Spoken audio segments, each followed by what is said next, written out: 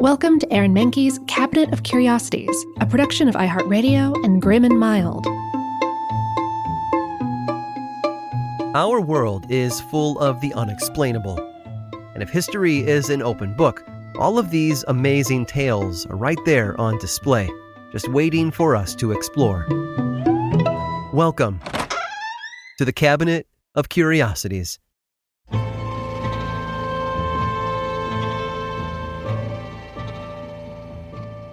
There's an old saying that no good deed goes unpunished. Most of us can probably think of a time when someone took advantage of our kindness and made us regret ever trying to help.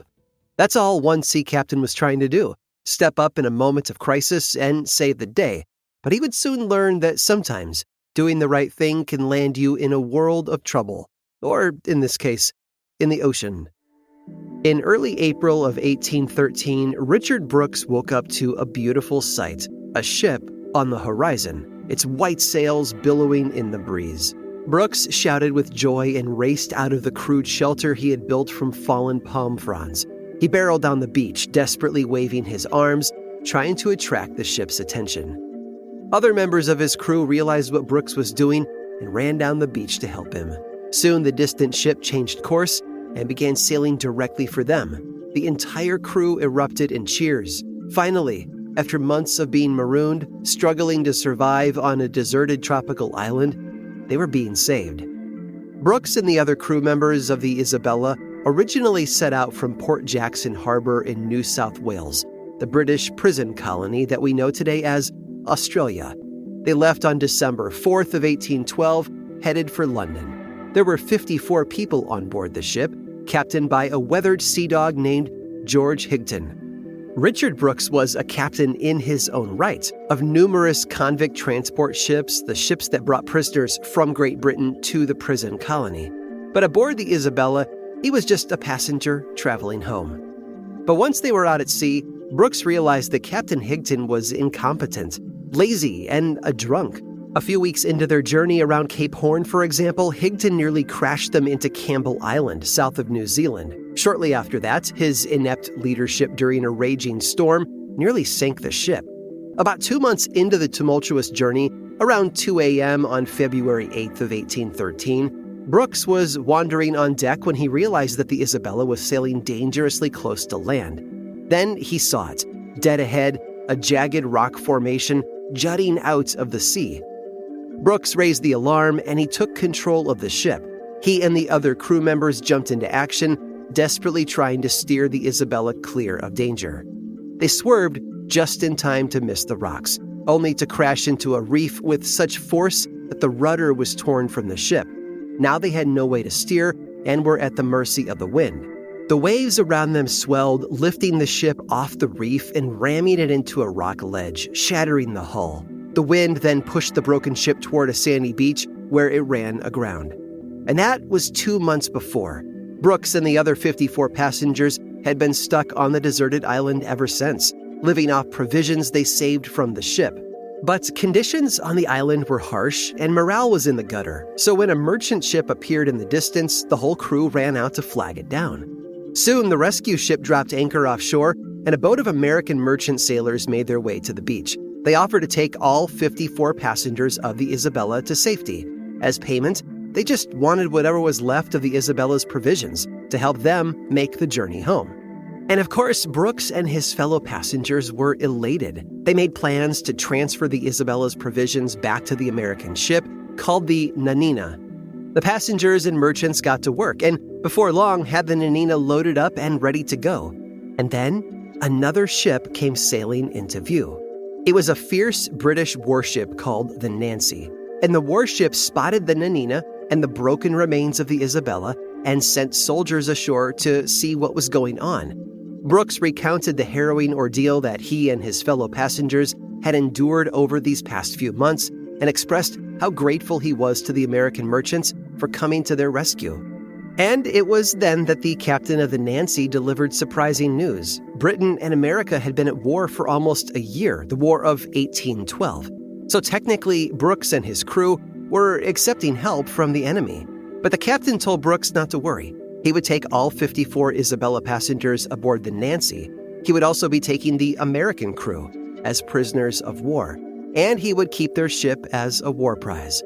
As you'd imagine, Brooks was stunned, but there was little he could do to help his new American friends. A few days later, the Nancy sailed away with a brig full of American prisoners and a new merchant ship in tow. Although not everybody made it onto the warship. For whatever reason, the captain of the Nancy chose to leave 5 men behind, including the captain of the Nanina. They endured brutal living conditions for 534 days before finally being rescued themselves. Although, thankfully by that time, the War of 1812 was over, and the marooned crew members could catch a ride back to civilization without a trip to the brig.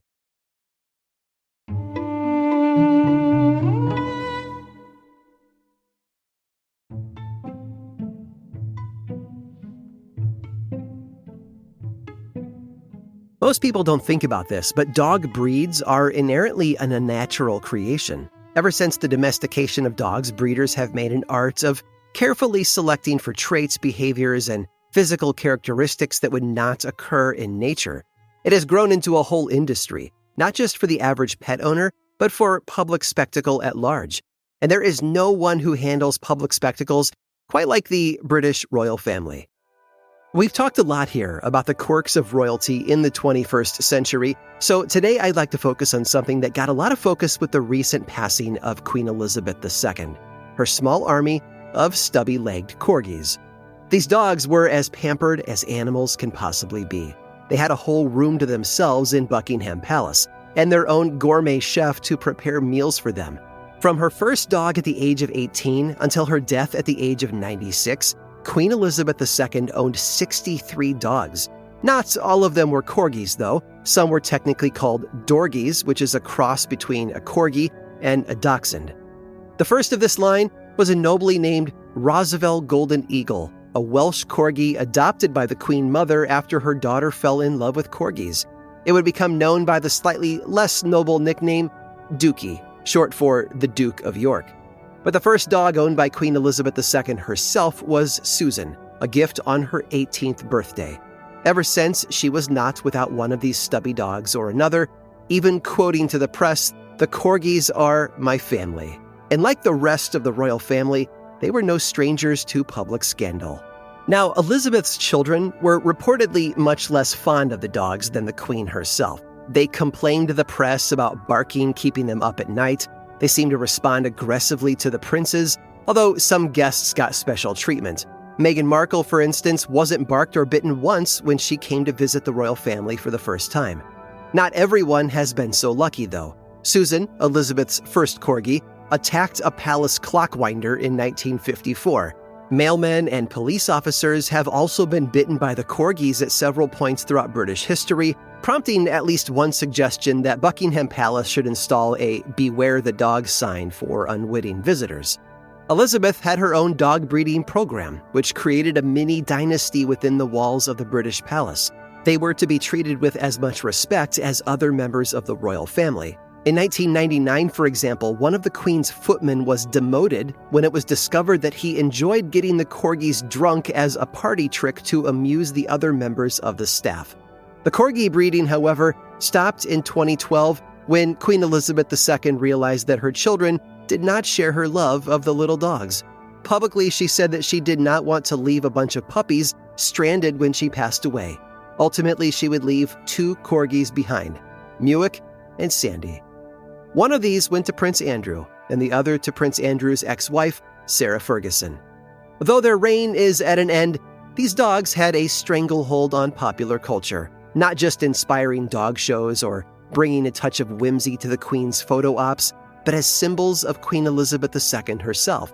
In the same way that the Prime Minister Winston Churchill was often depicted as a bulldog, Queen Elizabeth would be alongside her corgis, constantly in the public imagination. In artwork, political cartoons, and media depictions, she was rarely seen without one of her famous dogs. The popular TV series in Australia, Bluey, even depicted Elizabeth II as an anthropomorphic corgi. In a weird way, the corgi as a dog breed is a metaphor for the royal family itself, an elaborate family tree of whimsical names, which only the most dedicated British dog lover would know. whose primary purpose is to exist in the public eye and charm diplomats, prime ministers, foreign dignitaries, anyone the Queen needs an icebreaker with. And it has to be said, an immense amount of state funding and power went into the lavish lifestyles these dogs led. While ultimately harmless, the scale of it is astonishing, much like the British royal family themselves. The world's most extravagant dog show. I hope you've enjoyed today's guided tour of the Cabinet of Curiosities. Subscribe for free on Apple Podcasts or learn more about the show by visiting curiositiespodcast.com. This show was created by me, Aaron Mahnke, in partnership with How Stuff Works. I make another award-winning show called Lore, which is a podcast, book series, and television show, and you can learn all about it over at theworldoflore.com. And until next time, stay curious.